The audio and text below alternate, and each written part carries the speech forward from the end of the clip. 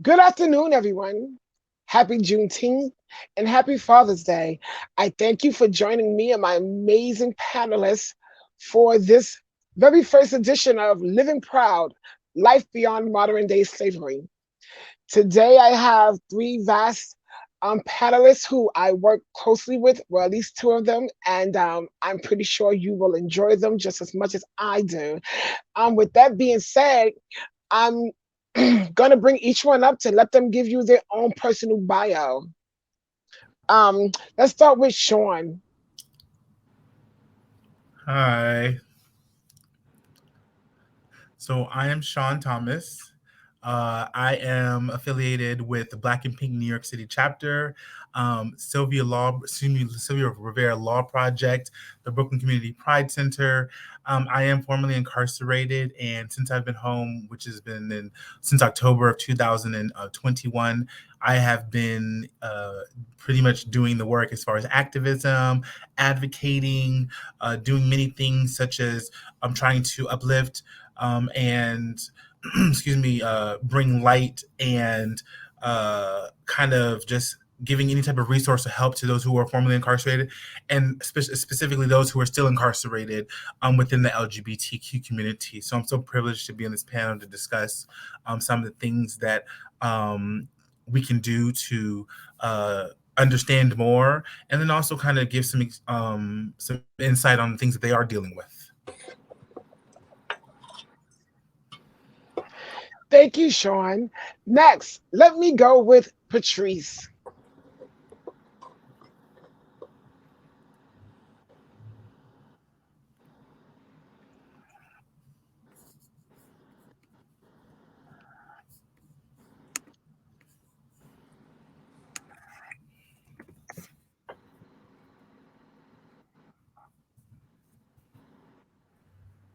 I said a whole lot and none was heard, right?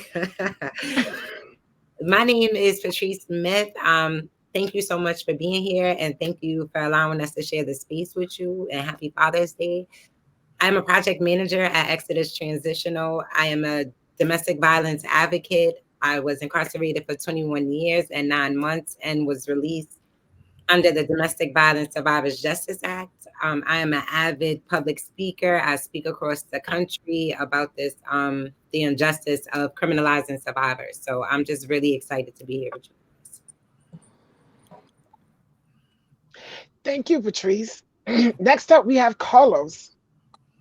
I'm Carlos Morales. I work with Black and Pink Massachusetts. I am the inside member advocate, so very much like Sean. I do what I can to help my brothers and sisters who are still locked up. I actually have been home a year yesterday, and so I've had the opportunity to look back and kind of like take stock of how far I've came and how much further I have to go, but also like to really recognize how lucky I had it in a lot of ways, because I do have a decent support network and I have friends and family who support me. And so I try to pass that support on to our members who are still incarcerated. And then also I've got to know Jen a little bit over time as in our advisory council, and hopefully we'll be able to build more bridges and expand our community with one another. Thank you, Carlos. And as far as myself goes, Jennifer Love. I'm formerly incarcerated Black trans woman. I'm an incarcerated activist. I am the liaison for the NYC chapter as well as a member of the NYC chapter of Black and Pink. I am the head of the advisory council for Black and Pink Massachusetts. I do some work with the National Council for Incarcerated and Formerly Incarcerated Women and Girls. I am also a member of Reclaim Pride Coalition, and I am the foundress of the Gen Love Project, which provides welcome home packages to recently released and soon to be released LGBTQ plus people coming home from prisons and jails. And I am a co-chair of the formerly incarcerated person subgroup to the National LGBTQ Criminal Justice Working Group. With that being said, let me just dive right on into this. First question, trying to get my Barbara Waters on over here. While incarcerated, there's a loss of self and many become voiceless. How did you maintain your sense of self Or how did you find your sense of self and maintain your own voice? Let's start with Carlos. Thanks. Um, so one of the ways that I kept my own identity while being away is the little things. Honestly, I love holidays. So when it came to Halloween, for example, which is one of my favorite holidays, that I would go reverse trick or treating. So every canteen day throughout the month, I would gather Reese cups because they're my favorite. And I would actually go to those who were around me in my dorm or to my friends, and I'd say reverse trick or treat and hand them a Reese cup or a pack of Reese cups, depending on how much I liked you. You got to. And then I'd eat the other half. So I would give away half and eat the other half to my face because that's what you do. But I also maintain some of my own traditions, programs, specials that I would watch on TV. I made sure to continue to do that. I decorated my locker for Christmas, and I just made sure that it sucked being away, but I wasn't gonna let the DOC or any of the depression and the darkness around me overcome that. And it really bolstered not only my self-esteem and my positivity, but those around me as well, which was really the better gift of it all. Thank you for sharing that with me. Next up, Patrice. Do you need me to read the question again, or do you got it? Yes. Can you read it one more time? Yes. The question is, while incarcerated, there's a loss of self and many become voiceless. How did you maintain your sense of self? Or how did you find your sense of self and maintain your voice?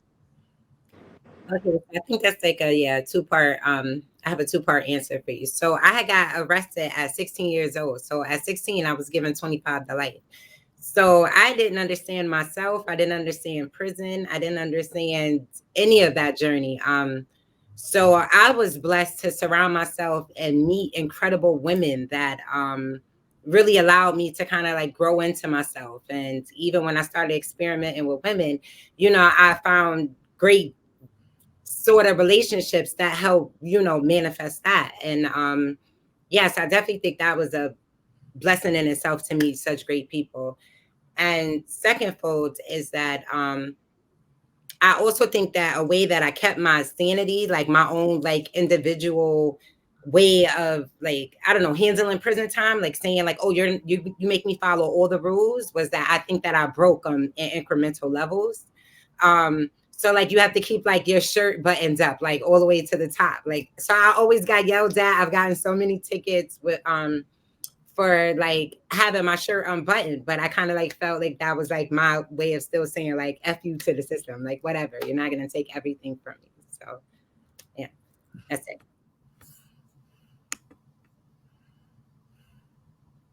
Thank you for sharing, Patrice. Next up, we have Sean.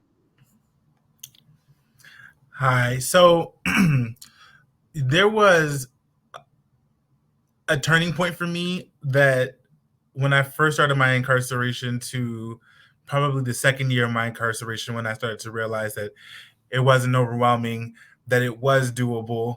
And when I finally found that balance, it was continuing to be of service. Before I had become incarcerated, I actually was still in the nonprofit industry, but in a different capacity. When I was incarcerated, I decided to do everything I could to help people who were in there, who needed resources, who didn't have the voice or who couldn't articulate, you know, how they the ways to say the things they needed. And that was how I kept my humanity in a sense, is realizing that we're all humans and that we're all here to be of service to one another. I don't think anyone can get through an incarceration or an event such as so traumatic as that alone. So a lot of times people turn to the familiarities that they have, such as maybe, as Carlos said, a show that he would watch regularly, or excuse me, or that they were watching regularly, or something that from their past that they wanted to continue on. Reverse trick or treating, I love that idea, and that's something that I wish I had thought about because I always had candy. But I think it was something that I did that was continuing to keep me was music. I listened to so much music because I love music so much. And anytime I was going through something, whether it was momentous, joyous, depressing, aggravating, or I was just, when I had those moments of being overwhelmed, I would turn to my tablet. And before we had the tablets, I would listen to my cassettes.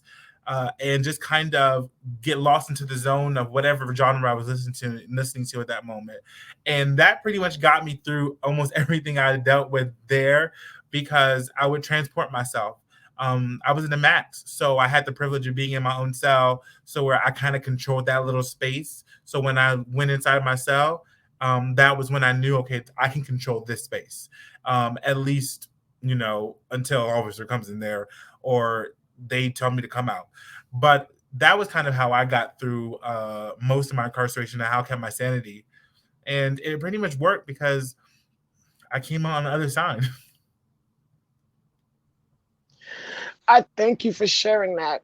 Um, I know for some people, these questions may not add up to you, but like I said, I'm formerly incarcerated as well. And I know that at one point in time, for myself, I became voiceless. I allowed my county jail and I allowed New Jersey DOC to break me. Ultimately, I had to rebuild myself, and that was through a lot of Mary J. Blige because it was hard to find Janet music in there, and then a lot of puzzles, a lot of brain puzzles. Yeah, it took me a hard time to get myself back, but that's something people don't often realize that we often go through. So I thank you all for sharing that. Let me just go right on to the next question. During incarceration, people often lose family, friends, and other loved ones for various purposes. Some are fortunate enough to have those outside relationships. Others form bonds in other relationships with other inside people. Can you tell us how important it is to have a support system, whether it be inside or outside, and how did it play a part in helping you get through your sentence? Let me start with Patrice.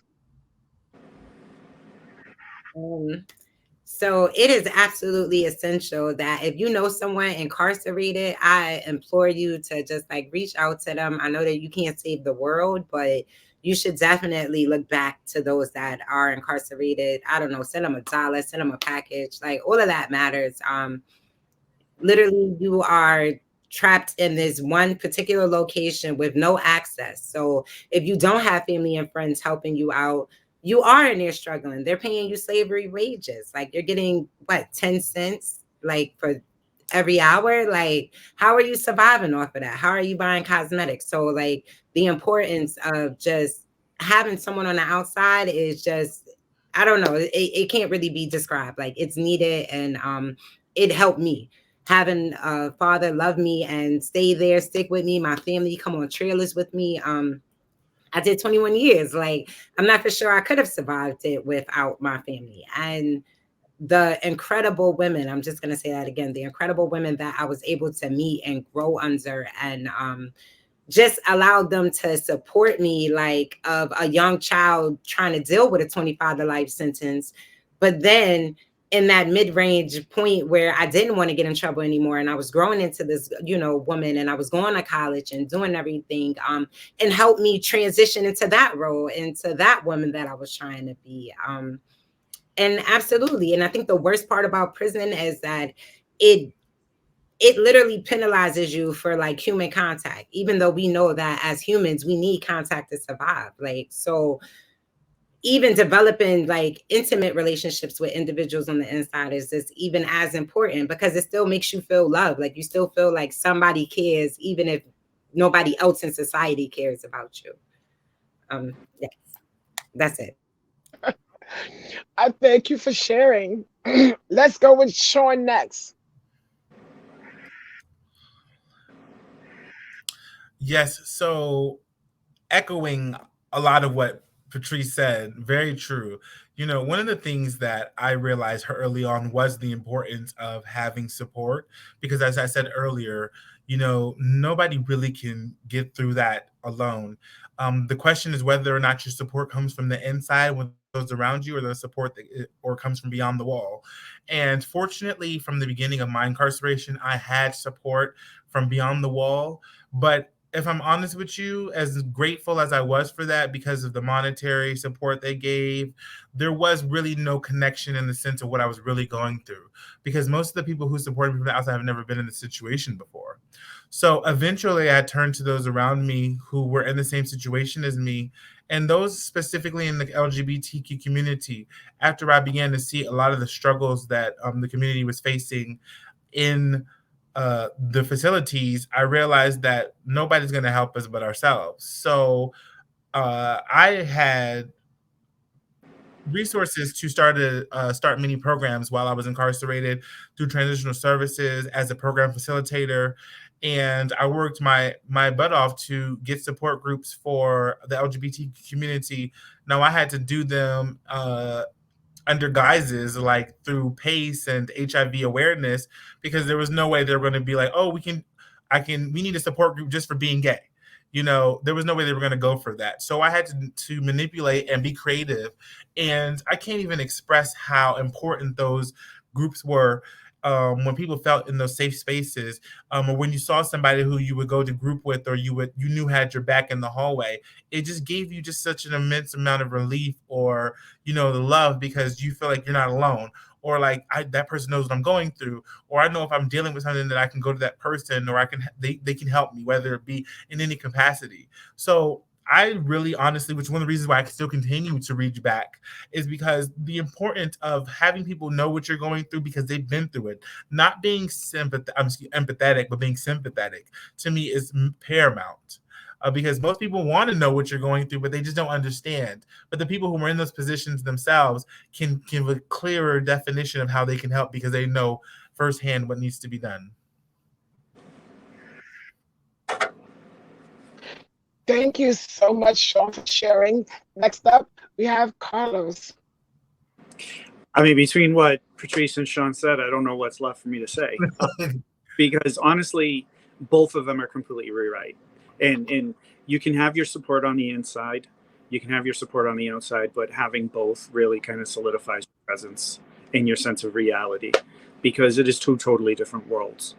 But having that, like I said before, like having that positivity that my friends and support from the outside gave to me, I was able to then like kind of pass it on and pay it forward to those who I was around with.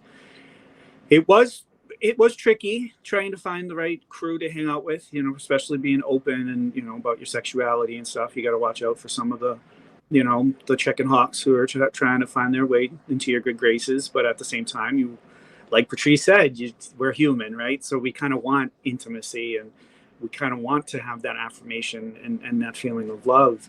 So it is just definitely important that you pick and choose who you surround yourself with very, very wisely. When it comes to the outside support, and just kind of like piggyback on that a little bit, it's so vital for not just the individual to have that inside support, but for others to see that person, outside support. It's important for others to also see that people have that outside support. Because just like in high school, you know, the quiet kid is always getting bullied. Same thing when you're locked up, especially if you're queer. You know, it's game over at that point. But if someone is getting a letter, if someone is getting canteen regularly, they know that this person's okay, this person's got support, I can't really screw around with them. And believe it or not, usually that's also when it comes down to the DOC. If it's the DOC's like, no, I'm not going to screw with this guy because he's got an attorney on the payroll, versus this one over here is an old, lonely dude, I can pick on him and get away with it. But that's when you kind of stand up as well and you support that person if you can, if you have the ability to do so. And then they're just sort of like, you know, they'll back off. Thank you, Carlos. I want to echo everything that you guys have said. I often give praise to my mom and my family and my loves for being my backbone, but I never really took the time out to thank the amazing people, not all, fuck no, not all, some of them amazing people who I was locked up with. Some knew what happened to me early on in my bid. which who don't know what a bid is your sentence, your time that you serve. Um, and knew that I was done wrong by the rapist, by the physical beater, as well as by court line, which is the institutionalized courthouse situation. Yes, so they looked out for me, and then I will admit I did have a romantic relationship for my entire bid, except for 1 year of it. And when I moved, he moved, so it did make me feel a lot safer, especially when they had life. So they don't got nothing to lose. So you can't hurt me. Because trust me, he's not going to let that happen. So all of that plays a part. So I do want to apologize for never thinking you amazing people. Um, but I thank you now. Better late than never. I apologize. Let's go right on to number 3. Question 3 is, can you share as much as you are comfortable with about your story and experience with the so-called criminal legal justice system? What would you like legal professionals to know about being incarcerated as part of the LGBTQ plus community?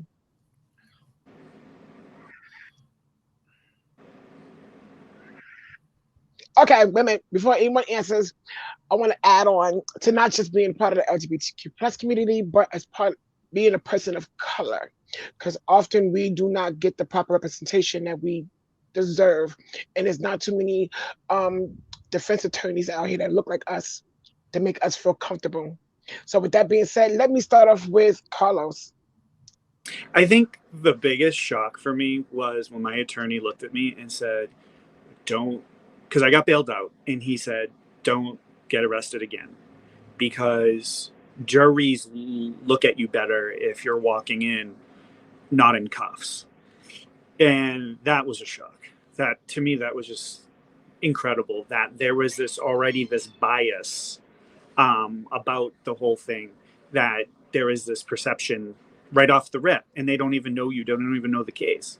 While I was locked up, more of the issue that I had was there was actually I've experienced more homophobia out on the street than I did locked up.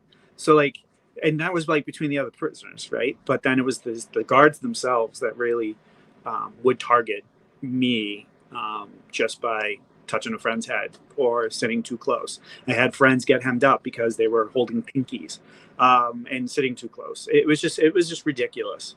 So I would say to people in general, at large, like just because there are rules in place to protect LGBT who are incarcerated, they stretch those rules, and they oftentimes will ignore those rules because it just doesn't fit the narrative. It doesn't fit the machismo ubermensch mentality that these guards, most of whom are formerly, they're veterans and they're from they served overseas, and they come home. With all due respect to some of them aren't that bad at all, but they just don't know what to expect. And there's so much power that is given to them that they make their own rules outside of the rules that they already have to follow. Thank you for sharing, Carlos. Next, let me hear from Sean. Yes, so that's a lot to unpack, Do you honestly. want me to read it again? No, no, no, no. Okay. I just I'm just trying to process the response. But so when I first was arrested, it was made clear to me that as Carlos said, to bail out, so that way it looked better for me to fight my case, as opposed to not being able to bail out or remaining in custody, which at the time I didn't understand, but because I was trusting my attorney, I was like, "There's no way I'm staying in jail anyways." But I'm going to trust you because you know what you're talking about. And at the time, I honestly believed I wasn't going to get any jail time. That proved to be false. But during my sentencing, the judge, who happened to be an African American man, just as myself, made a comment, and it was slightly off the record. When he made a comment, he said, "One of the reasons why I'm sentencing you is because uh, you being a black educated man, you think that the rules don't apply to you. So I'm going to be even more exhaustive in my punishment for you than I would a normal person. And when he said normal person, my attorney looked at me and just shook his head. And I didn't even understand the moment at the time because I was still processing the fact that I just got sentenced to the time that I received. Over the course of my incarceration, one of the things that I realized was there isn't a sense of fairness in the penitentiary system. It's all about the social uh, I want to say the socialism of being incarcerated. Everything is about who you know, what groups that you're with, and it kind of echoes society, but it's like almost 10 years. It's almost like a decade behind in the sense, which may sound like an oxymoron, but I realized that a lot of the people don't know what goes on beyond the wall, beyond the sentencing. For these judges and these DAs and everything that are these ADAs, they're sentencing people to these times, specifically LGBTQ people, AI, excuse me, plus people. They don't realize that they're putting them more and more danger than they are as if they had just sentenced. I can't even express it honestly, but the things that go on beyond their sentencing, beyond their incarceration, the mental trauma, the physical trauma for some of our sisters and brothers, the isolation, because a good portion of our community members are isolated. They are not in general population. They're in PC for safety reasons or because they can't be in general population because of how they identify. And so it's a struggle to see how people like we want to do service or we want to do the right thing, but you don't even understand what's really going on because the DOC is like a solid wall. Like anytime an outsider tries to get a peek in, people block the view. So it's important for us to continue to have these conversations and also to open these doors for people to see in so they can say, okay, well, this is what's going on. This is what was expressed to us. This is how we can combat that. And speaking to the comment of having people who represent you as such as your attorneys and everything, I have a friend who is a Black man who works for Legal Aid Society in Manhattan, and he's one of 6 Black men that are on the legal aid team that are attorneys. When I first heard that and he first told me that, I couldn't believe it because there have to be at least like 250 attorneys for the Manhattan district out of the legal aid office, and only 6 of them are Black men. So when you hear that things like that, the serious underrepresentation, like you obviously know that things are already stacked against you, regardless of the community that you're in. As a person of color, that's alarming in itself.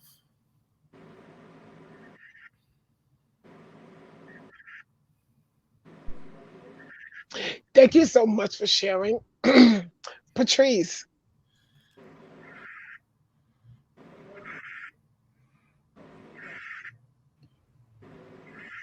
Can you repeat the question for me, please? I was really Yes. up with Sean. I was over here like, yup, go on. Ditto. Um, can you share as much as you are comfortable with about your story and your experience with the criminal legal system? What would you like legal professionals to know about being incarcerated as part of the LGBTQ plus community, as well as being a person of color? Because there's not too many, we don't often go to courts and see us in defense mode as attorneys and stuff. So, go ahead. Well, absolutely. Well, first, I was a Black child who was given 25 to life. So off the rip, I was considered the super predator. But I'm pretty sure we all know that had I been a Caucasian young girl at 16, I wouldn't have never received the amount of time that I did receive. So, oops, sorry.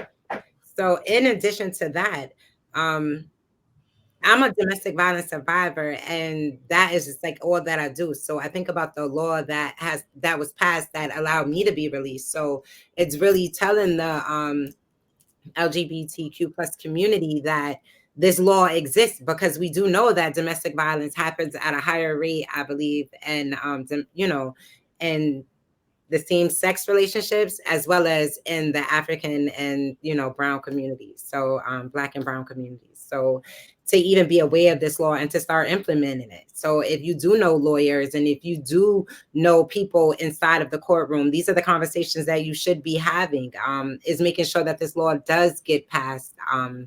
Not even passed because it's already passed, but to be utilized in the court, because currently it has been out since 2019 and only 26 people have came home off of it. But we know for a fact that there are more criminalized survivors. So what is it? It's the Domestic Violence Survivors Justice Act. It was passed into law in 2019 by Governor Cuomo. It came about after 10 years of advocacy work from domestic violence survivors out here and those that were incarcerated at Bedford Hills Correctional Facility. So what makes this law so important is that it actually takes the trauma that you have suffered into account when you actually commit a crime. So what does that mean? That means that if you suffered significant abuse as a child, say you were in the foster system, say that you were even at the hands of your own parents, or sexual abuse at the hands of siblings, this law, if later on in life, you commit actions that's related to the abuse that you suffered, it can actually give you a reduced sentence, which is obviously needed because they do lock so many Black and brown people up for a very long time. And this law is just really the first of its kind in the country to kind of really acknowledge that trauma changes you. So, yeah, I'm so sorry, but this is just what I do. I advocate for this law. I advocate for our communities to understand this law, because I do know that there are probably still people currently right now, in a domestic violence situation. And, I just want you to know that there's a law out there to protect you. I'm sorry if I went way off topic, but that is it. I thank you for sharing. No, you didn't go off topic, none the least. And I hope everybody paid attention to what she just said, to what they all just said. I will say this. In about 2000, 2001, I had a gun was placed on me. A gun was placed on me right in front of the damn officer's face. Right? My hands went up in the air immediately because I didn't know what was going on. Yet and still, they kept me at 100 Center Street. And until my parents found me to get me out of here. You were charging me with a felony gun when the person, the actual person whose gun it was and who did just shoot somebody, that's the only DNA on this thing. You have him acknowledging that she had nothing to do with this. She doesn't even know what's going on. You had the officer state, I was out of my car, gun drawn. Defendant Watts grabbed Defendant Williams by the neck, placed a gun in the small of her back, and ran. So why was I even kept here? But you were determined to try to ruin my life. Very early 20s. And then when I got here, when I got to see the judge, you assigned me a public defender. The public defender was fine at first. And then when he realized, now I can't say who I was, but that I wasn't what he thought, he became so dismissive. He wouldn't even look at my face. He never even said my name. Bitch, he didn't even call me a he, let alone a she. He just acted as if I was a blank black canvas. And I never understood it. I don't think that I fully grasped. I don't know if it was because me being trans. I don't know if it was because me being black. I do not know. I think that was one of the first signs of me ever really having to feel. My first time dealing with the legal system, and that was my first time ever feeling a smack in my face for me just being me. And I'm respectful the whole process. I don't even understand what's happening to me at this moment in time, or what they were trying to do to me. And I often sit here and say that for you young people out here who are in school right now, and taking up law professions, such as my goddaughter / cousin, We need you. I don't know how much longer I'm going to be here, but what you do know is that our race, and whether you're black or you're Hispanic or any BIPOC person, you understand that we are still going to be here. You understand that today is Juneteenth, and I'm doing this on Juneteenth because this whole criminal justice system, this whole incarceral system, it is modern day slavery. When slavery was abolished, this is when this bullshit started, and it's full of people that look like me and my other panelists. Okay, don't let a black guard come in here, because a black guard come in here who happens to be pretty decent, or he or she or them, they are going to be transferred out, or they're going to be put on a duty where they have no contact with us. It's this sickening. I'm watching judges. I remember going back and forth with my court situation, and I happened to sit here this day, and there was a Hispanic male, um, a black girl, and a Hispanic girl. And I watched my first time a jury come out. They're my age. And I'm looking at this jury. This jury should be about our parents' ages. So how the hell is that your peers? Not near person on this jury is black or Hispanic. How is that your peers? So another thing is, for you guys, when you get jury duty options, I understand it only pays you $5 or something like that a day. It is so important to sit in a courtroom, regardless of what your purpose of being there for, and look over and see actual peers who actually understand. Because guess what? And I'm not racist and none the least, but call it what it is. If I was white, Caucasian rather, oh, you want to find out my circumstances? You want to give me a chance?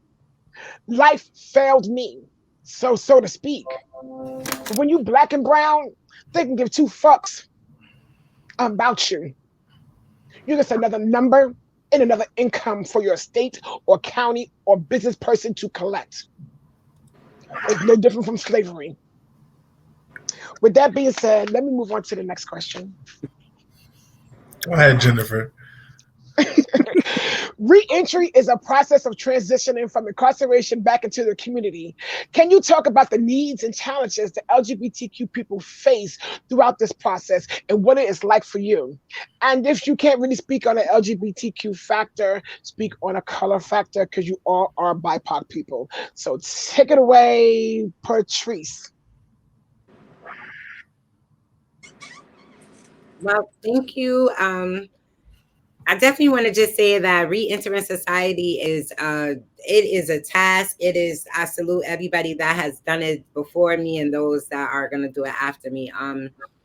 It is very hard trying to adjust and even learning of services that's out there. So once again, I work at Exodus. So if you are any returning citizens and you have not you're not being, equipped or handled, being provided any services currently, or you feel like you're missing out on something, please just check out Exodus, come over to us and we will take care of you.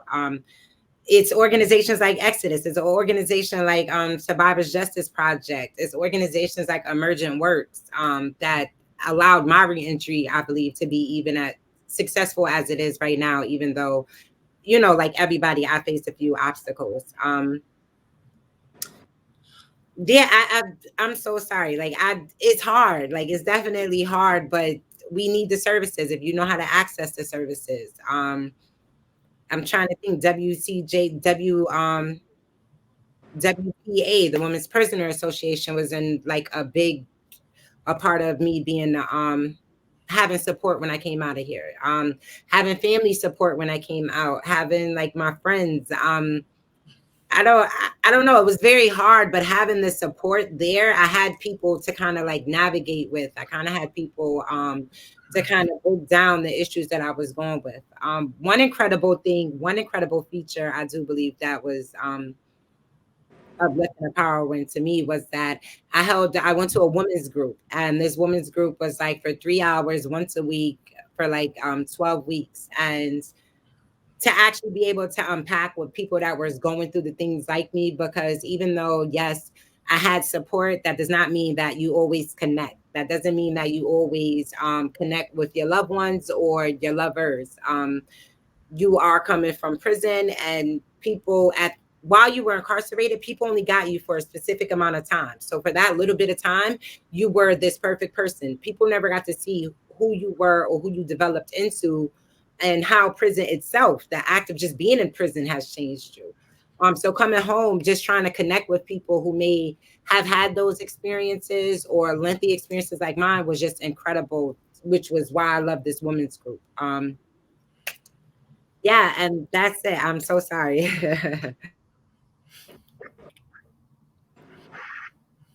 I thank you for sharing. You don't have to be sorry. Next, let me go with Carlos. Hi. Before I answer your question, I just want to piggyback off what you said. I was friends with a guy who happened to be Black. His parents were from West Africa, and it was him and two co-defendants. And the co-defendants were not Black or brown, and they were given half the amount of time that he was. He was doing a 13 to 15, and they only got half. And they were all wrapped up in the same case. And it just blew my mind away. And I never understood why. Which also, now to answer the question, which also blows my mind is that I didn't know, I wasn't aware of what sort of resources were out there. I mean, we always hear rumors of what the Salvation Army will help you with, that if you've done more than 5 years, you can get disability and so on and so forth. But we're never given an actual list of, hey, this is actually what you qualify for. This is what is actually available for you. And then you think about it.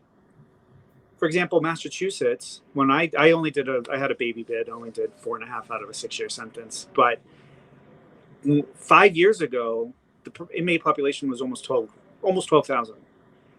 In that amount of time in my sentence, the population dropped by half. And yet they want more money. They want $750 million. But they have half the prisoner population. Why do you want so much money? Why is that money not going to resources for people who are coming home?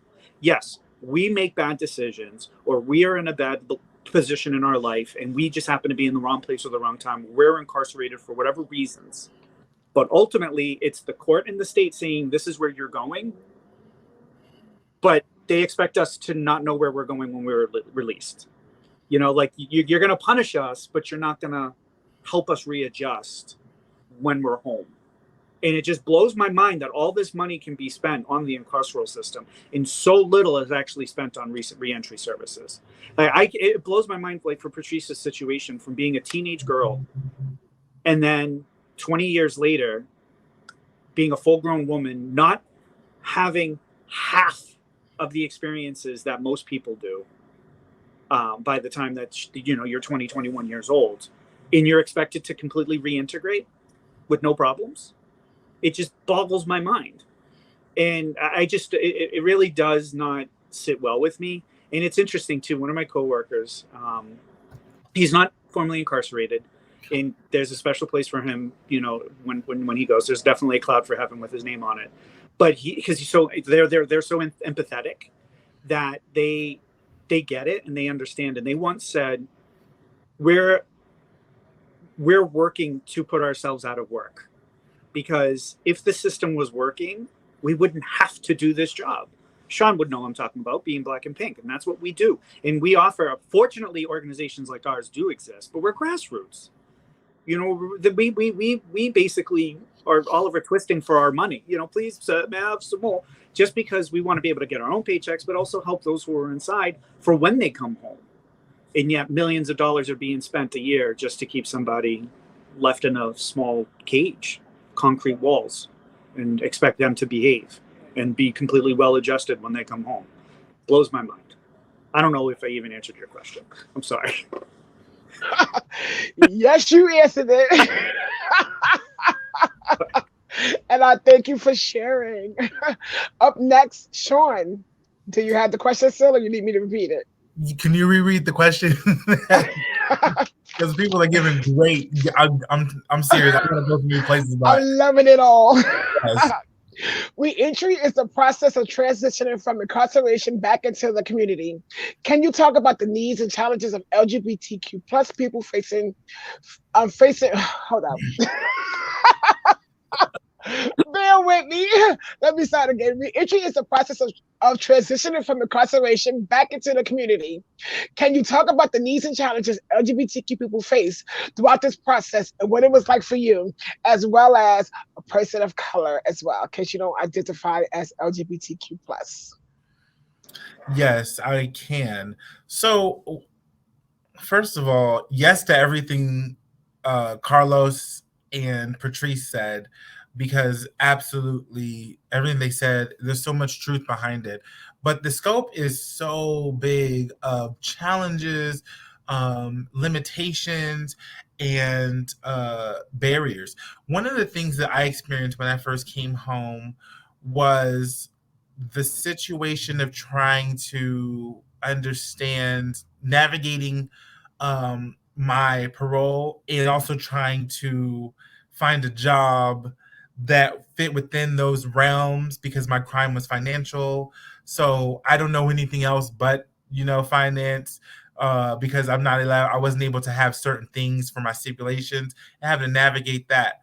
But fortunately, I was able to, circumvent some of those barriers and kind of do things the way I needed to in order to become like legit or, um, be a an asset to society, if you will. So one of the things that I noticed for a lot of people that are coming home that are LGBTQIA plus is that the resources are not widely available to them, such as like programs, especially people of color that are in this community. There are certain programs that are for the LGBTQ community, for the queer community, that resources don't necessarily extend to certain demographics within that community. So it's a privilege to see places like Black and Pink, which is something that, Jen, Carlos, we have dear to our heart because we know the struggles, we know the intimate details of what needs to be done, so we can give that specific help for those who are coming home.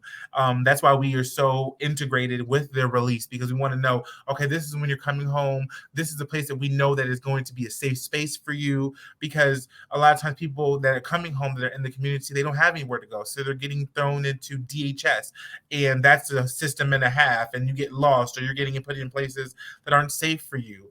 It's difficult to find a way to get your Medicaid or whatever resources that you need. It's a struggle just to get an ID because you aren't aware of how to log into the DMV, the online portal, or you schedule an appointment. So there's so many different things.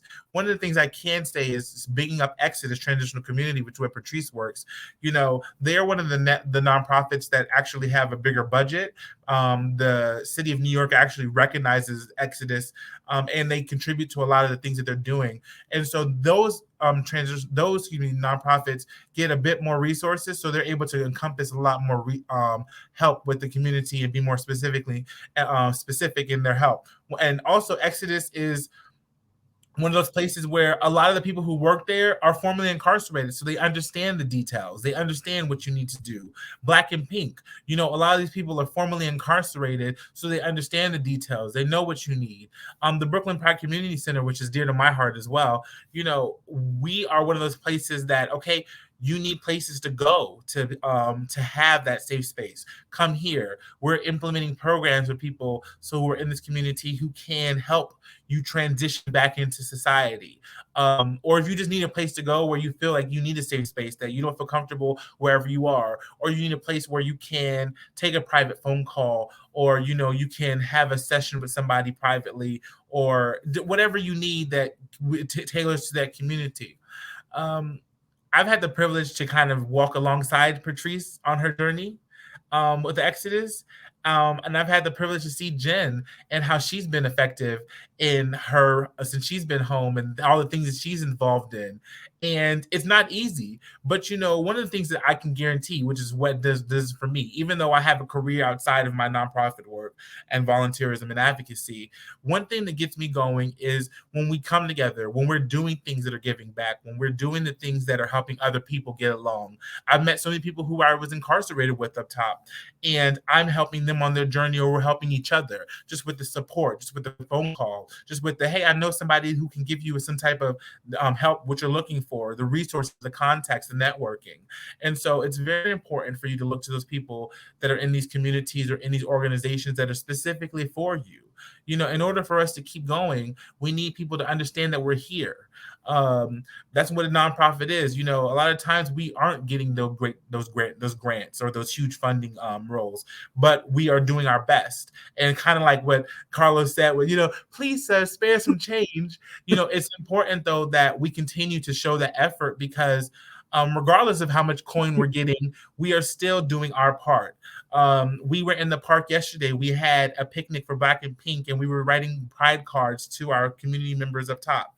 And it was inspiring because everybody brought something. We all were just having a relaxed day in Washington Square Park. But we were there not just to socialize, but to remember those who were still in the struggle, who are still going through a lot of the things, who just need that moment, or that moment of happiness when they receive that card or receive that letter or receive that newsletter or pen pal or that JPay.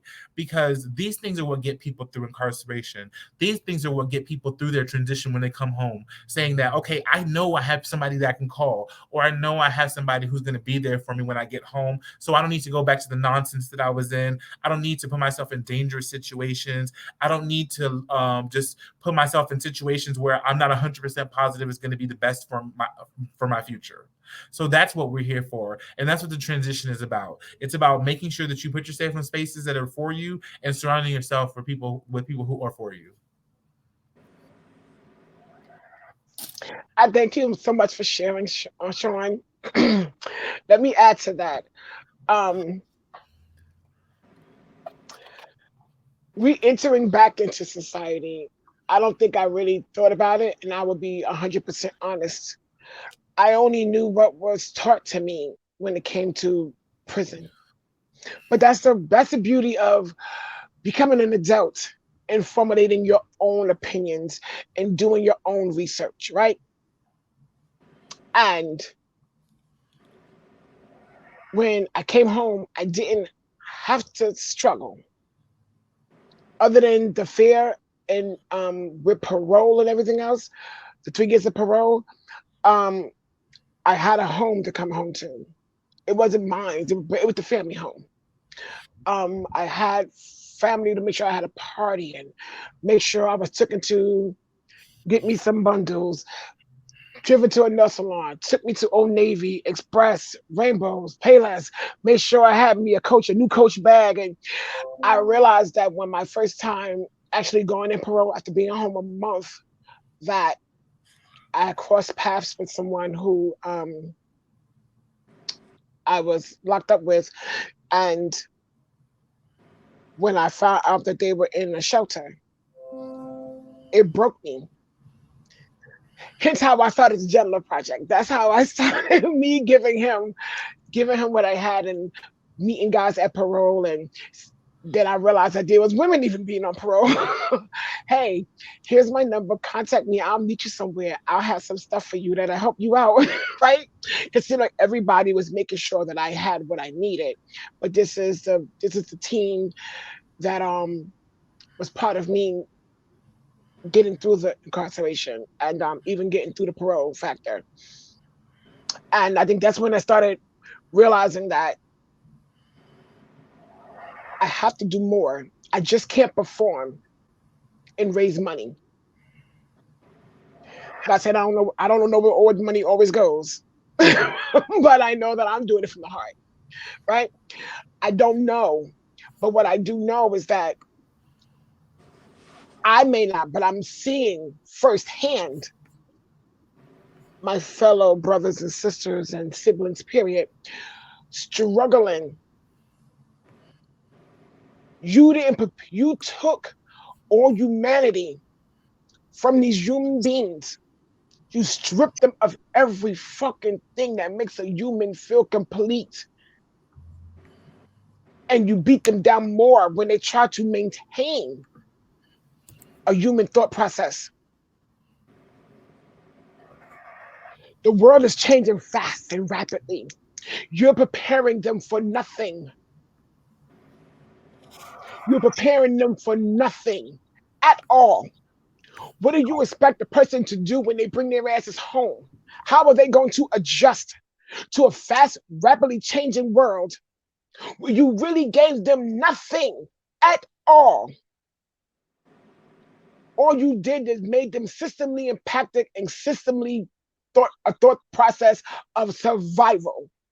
You're setting people up to come the fuck home and have to struggle to survive for you to lock them right back up. I met an officer. He was a rookie. And he was one of the people that escorted me to the front of the prison on my re-entry day. And this bitch really had the nerve to tell me, I'll see you back in 6 months. I wanted to spit in his face, but I just really wanted to get off the property real fast. And I just think to myself, how many others who are not going to have the privileges that I have, that's going to have to sex work, sell a drug, even do some petty robbery, whatever form it may be, to survive, because you gave them nothing. It's down to the damn point. Some of the most raggedy ass buildings right now. You can have the employment status to give them 3 pay stubs so you make 3 times as much rent. But because you've been in prison for whatever reason may have you, you can't live here. Talk about it. This shit is real. And we don't think about it. There's women, there's men, there's people, them days, and humans who are laying up with people who they do not love or give a fuck about, but they have to because they need security in a place to stay. There's people sleeping on the floors in their great-grandma's house or their cousins or whatever may house who is being disrespected out the ass because they just came home. They have no place of safety because clearly a shelter ain't safe. A shelter is not safe. I look at so many locations trying to build re-entry homes, and shout out to Massachusetts for the grand opening next weekend of Alexa House. By the way, let me plug that. Yes. And you know how many people would be against that. And it's sad. The one thing I want to do before I leave Jersey is put a Gen Love house here. So anybody willing to provide me a small place, let me know. But there is a need. There is a need, a tremendous need. There's people who come home from incarceration who are greatly ill because you didn't care for them medically like you needed to during the incarceration. And then you're not making sure these so-called caseworkers and stuff like that, social workers that's inside the prisons, they're not making sure everybody gets proper Medicaid and medical assistance. And then it's not like when you got a person who's on like 20 medications, who done got a respirator and breathing situations, they don't have a second to wait and come home with no insurance already in place for them. Shit, let alone not even having a place. Nobody's doing a damn thing but making money off incarcerated people and then kicking them to the damn curve. Nobody's thinking. Nobody's helping. And I will admit, when I came home, I didn't want to think about it because I was still fucked up in the head. I wasn't a whole person. And I will admit, I did a photo shoot, a body positive photo shoot, and they made sure I understood there was going to be no airbrushing or anything. I was hesitant as hell. But my gut made me do this photo shoot. And I'm glad that I did, because it came with an interview. It was in this interview that I wasn't prepared for. I never got to put a cap on it. And I was asked about my public record of incarceration. And if you ever watch that clips, you will see that I visibly became shook because I didn't know how to address what was going on in my head and my heart. what was still making me sleep uncomfortably at night, you know? And that moment on is how I got with Black and Pink. I wasn't with a chapter yet. I started off with National. And I went to DC and I met these amazing people from across the country who all share similar experiences to me. So now I know I'm not alone. I also know that no one is going to be able to tell my story better than me. Because I also know that there's going to be politicians, business people, criminal legal system type people who are all going to try to denounce everything we said. But motherfuckers, let me tell you something. We got the scars to prove it. We had no reason to lie to you. We had the scars to prove it. These people are going to protect their billion-dollar industry themselves. And will always say, fuck us. No more. Every chance I get to the day I die, I want to make sure that I help someone not go through what any of us have went through. Okay, let me go on because I can go on for a long time. No, Jen, you're giving us what we need to hear. Okay. Here's my last question, guys. What is the role of queer and trans formerly incarcerated people in the abolitionist movement? Additionally, what is the role of formerly incarcerated people who are not queer identified in this movement for queer lives? How could people become more involved if they wish to? And what could they do to make this a better situation? Let's take it away and let me start with, you know what? Who wants to go first? I'll go first. That way I can talk about the house that you mentioned. Okay. And it's actually a great opportunity too, because it answers that question: how can you get involved? So we had two trans members, who, through our reentry coordinator, who's phenomenal, shout out Charlize, that they were trans women, and they were different times they were brought to the same sober home, and one could pass, and they accepted her. The other one was a little more masculine, and they're like, no, we won't take her because she's trans. And we were just like, wait, what? What? You just took one, but you're not going to take what? Hold on a second.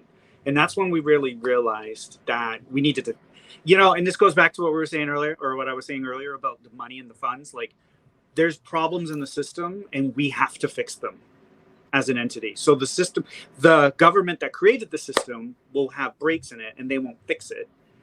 So we, as grassroots individuals, we have to fix it for each other. And that kind of like answers your whole question. Like, what can people who are queer or not queer, they're straight, whatever, however they identify, what can we all do is recognize, one, at the end of the day, we're all human, we all bleed the same. Two, we all hurt the same. And when we work together, which the DOC is always afraid of, is when we all get together. And the government at large is always afraid when we all get together. That's when stuff really starts to change. And with this house, which is named after a member of ours who passed away last year, she was homeless by choice, and she passed away. And there were needs that we identified that we just had to address and we had to fix. So we're very blessed that we had a person donate a space, an apartment, to us, and we are opening up a 4-bed, 5 beds if it's an emergency, location just outside of Boston, and specifically for trans members who are coming home. Because over and over and over again in the Boston area, trans women are dying, trans men are being isolated and forgotten. And this is a way that we're all going to be able to get together. Like you just said, Jen, like reaffirm each other. Like, no, we're all in this together.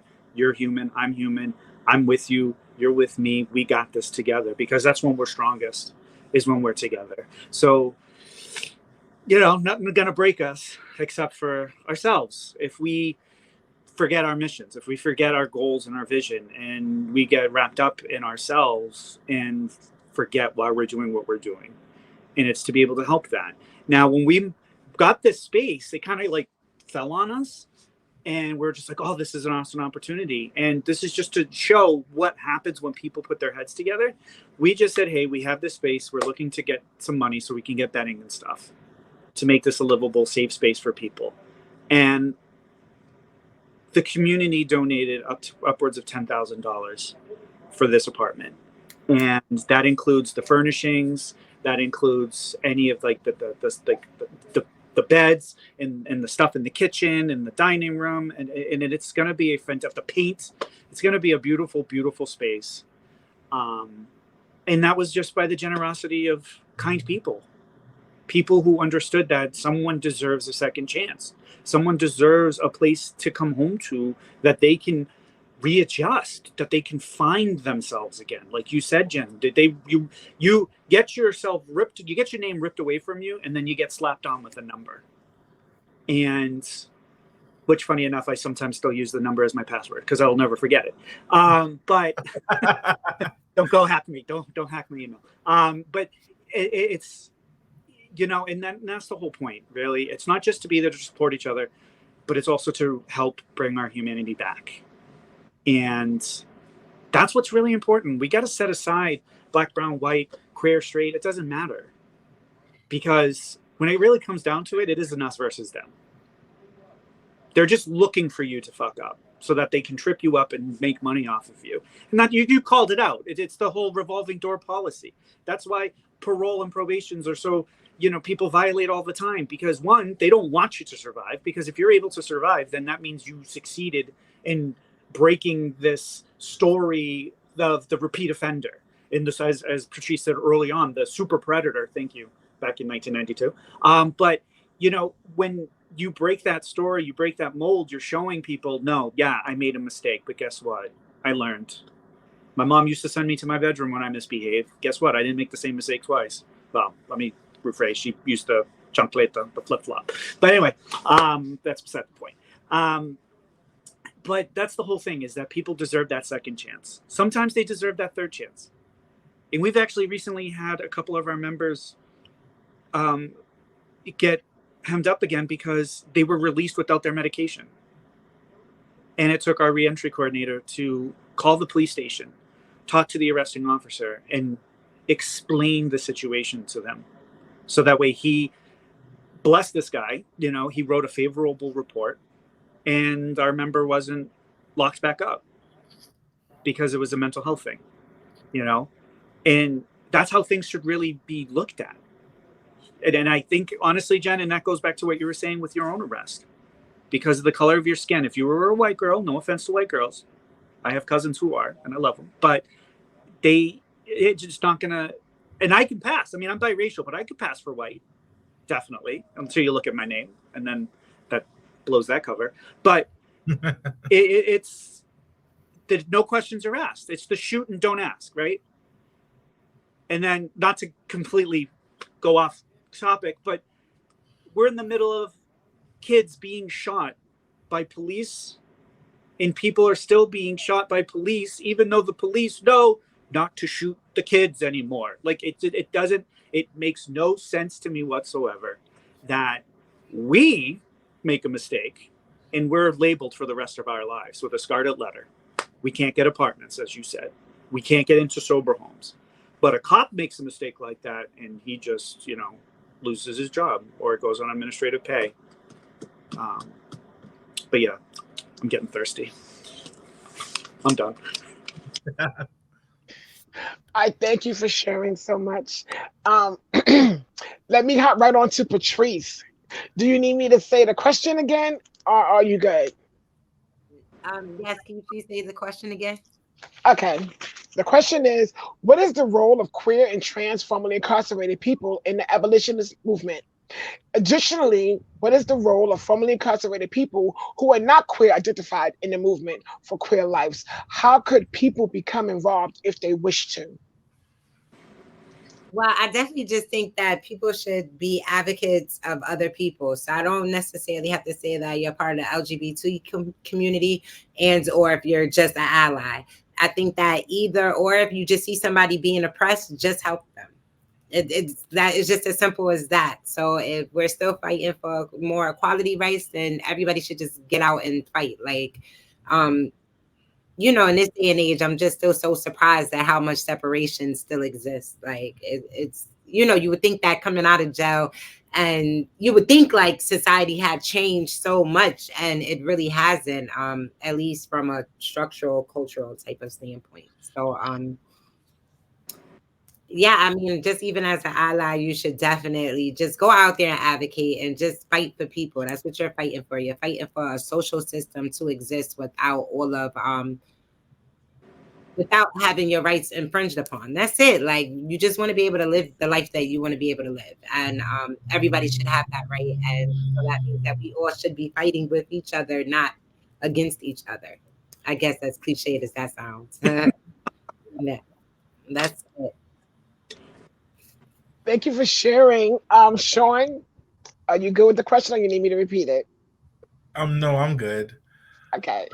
So there's a simplicity to it that Patrice spoke about, but there also is a lot to be said.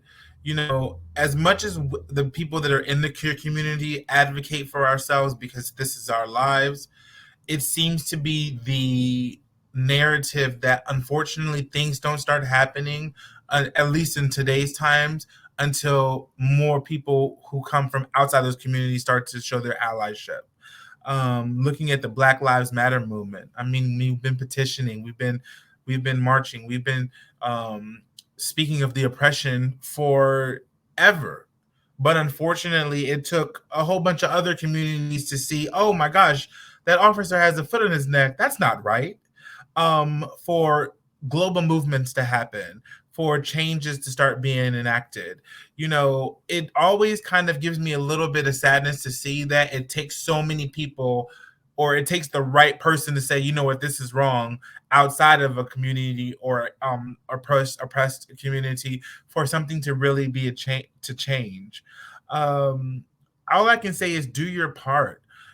People say, oh, well, I don't really have any impact on that because I don't really relate. It's as simple as you realizing that it's humanity that's important, not necessarily if the views are the same. One of the things that I've struggled with over the years, with trying to educate people on, especially being when I was incarcerated, telling people about it in transitional services, how important it is to vote.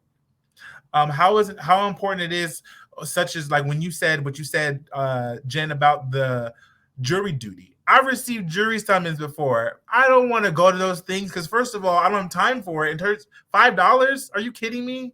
But it's important because you realize that you may be the deciding factor for somebody's future. Or you have to do your part because, once again, you want to be there because you are going to be the reflection of the person maybe who's on trial. You might be that person who gives them what the justice that they need. So it's important for you to do your part, even if you don't see yourself as, affecting the change, because it's when people come together collectively that things happen.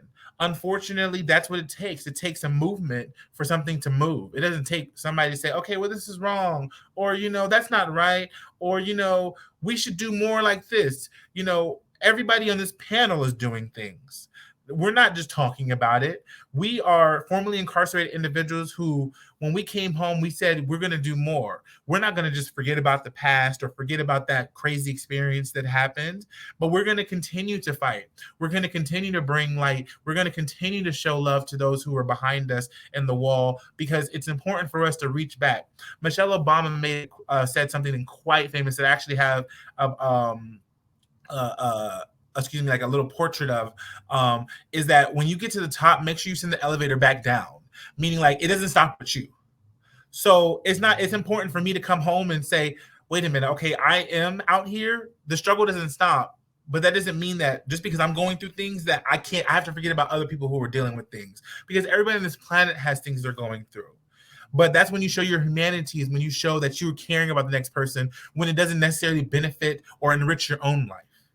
So it's important for you to come out and do things. It's important for you to say, oh, this conversation sparked something in me. Let me see if, maybe I can donate, whether it be through my time, monetary, or just a resource that I have. I work for a company who wants to get more diverse. Maybe we could sponsor something, or maybe we could show our support in whatever. Pride is coming up. New York City Pride is coming up, and it's going to be so much representation out there. But another thing that I'm looking forward to seeing is the allyship, not the commercial stuff, people who just want to benefit and ride the wave of pride. But, the people who are truly out there because they believe that everybody deserves their space on this planet, regardless of how you identify. And so that's what I see. I see the love. I see, not no pun intended, Jennifer, but I see the love. And I see all of the things that people come together. And when you say, I'm fighting for myself just as much as I'm fighting for you, because we all want to be treated how we want. Excuse me, we all want to be treated how we want to treat people how we want to be treated. And so it's most important for people to see that what you bring to the table is your authenticity and your kindness and your effort. I see people do the smallest things and it matters the most, because it almost seems to you minuscule, but to others it seems major. So come on, guys, voting, doing your part in volunteering, advocating, or spreading the word, which is, well, that's advocating in a sense, but just doing things that matter, because not everybody can give financially. Tough times, still in the pandemic. But, just do something. Don't just sit there and just comment. Be a part of the change. I thank you for saying that. And with that being said, let me say this. For those who want to participate or who want to do something, you can go to Black and Pink National. You can go to Black and Pink NYC.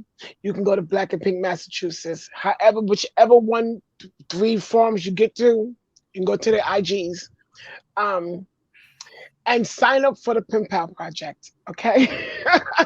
We have so many inside members that need a friend to vent to cry to make them remember that they are human, that they matter. So Yes. please reach out to Black and Pink National, Black and Pink NYC, Black and Pink Massachusetts, and sign up for the Pen Pal Project. You have a thing called JPay, so you don't have to even use your address anymore.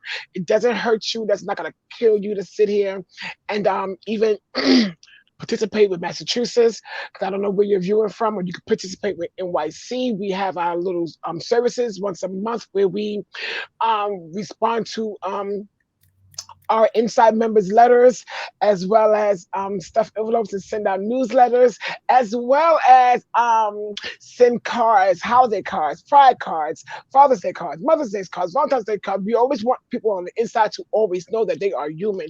That is the biggest thing. No one person is greater than the other. Money does not make you better. We all have the same blood on the inside. Okay? Now, I thank you guys. I promise I will keep everything under an hour and a half max. So I thank you guys for being here. If you want to follow at least myself, you can reach me through Black and Pink NYC or through Black and Pink Massachusetts. You can reach me on TikTok, Jennifer Love 1976, Instagram, Jennifer Love 1976. Facebook, Jennifer Love Williams, but stick to Instagram or TikTok. I'm not really going to add you on Facebook. I'm not going to lie. That's for family. Yeah, way to keep it real.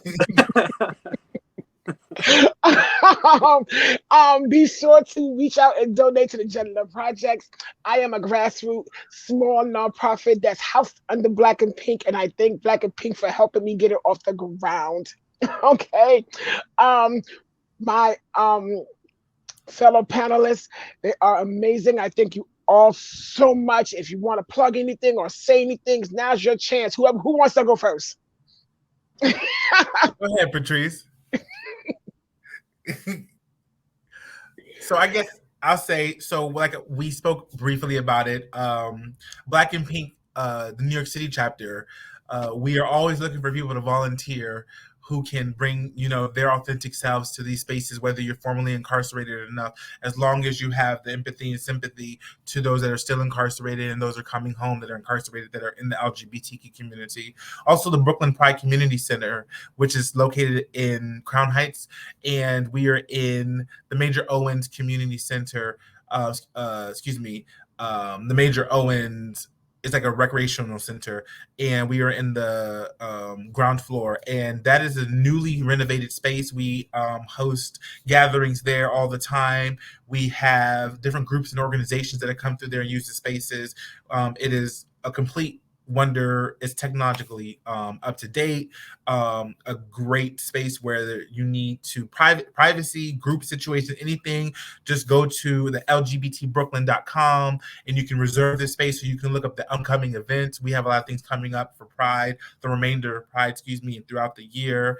And then also just being part of just a major thing, such as just being a part of this community.